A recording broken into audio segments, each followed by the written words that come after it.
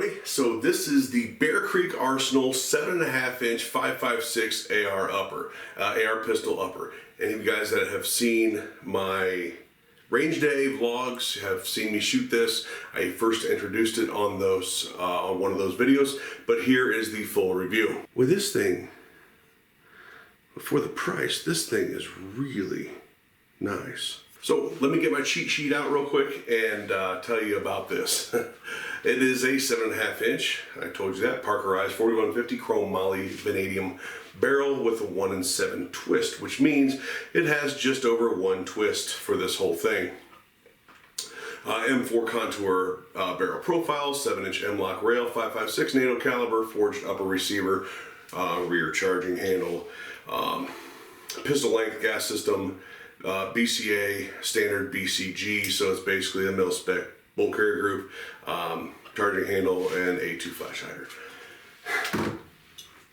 I purchased it for $180, and that is still what it is on the website, is $180. I don't know if that will change, but as of December, well, yeah, this is still December 2019, even though it is New Year's Eve that I am recording this. As of then, it was still $180 on the Bear Creek Arsenal website. So what drove me to buy this? I bought this because I do a lot of stuff in and out of vehicles, and the 10.5 inch that I have was doing all right. But I ran across this, and for the price, I thought, you know what, I'm going to try this, because I do not, I would not, and the things that I do in and out of a vehicle, I would not generally engage somebody that is further than less than 100 yards out. This is more for getting in and out of the vehicle, clearing abandoned buildings that I find out in the desert, in some of my treks and things like that. Now in the video, you did see probably the light that was on it. That was a Crimson Trace. I think it's called a CW202. I'm going to do a full review on that, but that's a really cool light. But I did have that on this the entire time I was shooting it until this for the video, because I wanted you guys to be able to see it. If there was one thing, I'm going to go with the negatives first. Normally I leave with the negative last, because I only have one negative that I've found so far, and that is I'm used to gripping a little farther out. I don't like the magwell grip, and I wish it had a little bit longer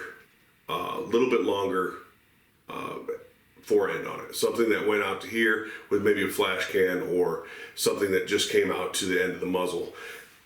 It's just a little short for me. That's me. That's the physiological me. That's not for everybody, but for me, it's just a little short.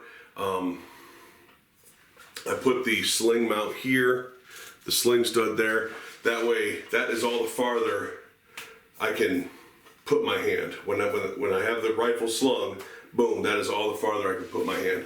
And so I use that sort of like a hand stop. I may or may not end up putting like a BCM hand stop on this or something like that in the future, or an AFG. But for now, that stud, that swivel, has been my hand stop. This thing is super easy to wield around, especially you get the brace in like that, nice little PDW size firearm. But even with the brace out in functioning, on a more functioning length, or what I call functioning length, it works real well. And one thing I noticed from the very get-go, the first time I put this on this lower, was even in some of the higher end uppers, the very first time you pull this, the very first time you charge it, you get that grit and ying, you know, you kind of hear a tinny sound, especially on budget stuff. But I never had that with this. This never had that gritty, like there was paint being worn off kind of a thing. It's always been a smooth charger. From day one, I put a little oil on it. It's always been a smooth charger. Speaking of it being a smooth charger, let's take it to the table, take it apart, and show you the internals. I have them all cleaned up, and get you to look at those. All right, so I have all the pieces here torn apart. So let's start with the carrier itself. The carrier itself is in in good shape. Doesn't seem to have much wear on it. Let's see if I can get it to focus. Doesn't seem to have much wear on it. A little bit there. Some of the expected areas. A little bit there. But that does not look bad for never having been cleaned or lubed, in fact, in 2,000 rounds. Next we'll go with the pin. The pin is pretty much just a pin. There's no rough marks on it. There's nothing wrong with it. The tip is still in good shape, so the pin is in good shape.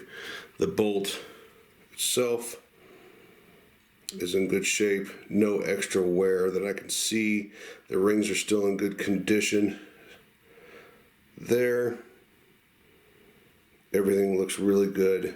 You still see the printing on it, and nothing looks out of place on the face of it.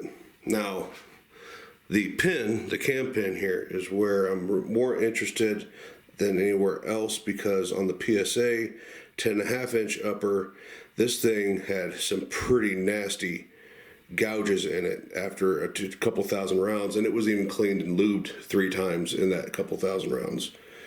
But it just has some normal wear, no gouges, no ledges or wearing into the metal, so that is also in really good shape. What else can I say about it? I know people are going to say, well, the 7.5-inch barrel is too short for 5.56 or 2.23. No, A, it's not, and B, that only people that say that are the people that are thinking that I'm going to shoot 300 yards with it. And the only reason I say that is because it's what people online have said. I've posted pictures of this online and talked about it in gun groups and gun pages and stuff like that. They're like, but it can't reach 300-400 yards. Well, it's a good thing I'm not going to shoot 300-400 yards with it.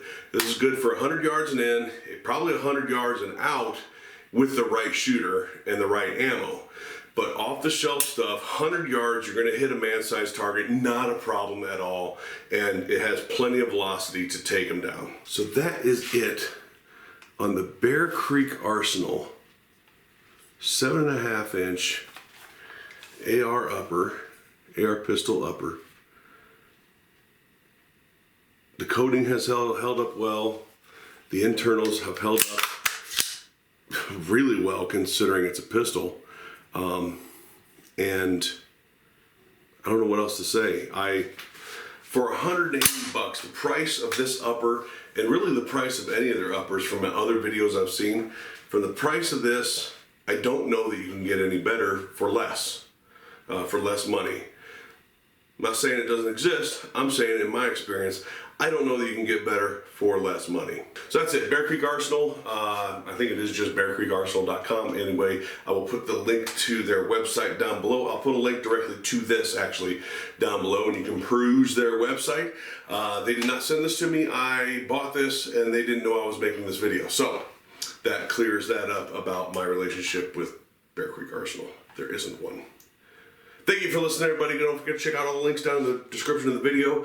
That's where you can find all the affiliate stuff, including rttgunsgear.com and Patreon and all that other good stuff. We'll talk to you later.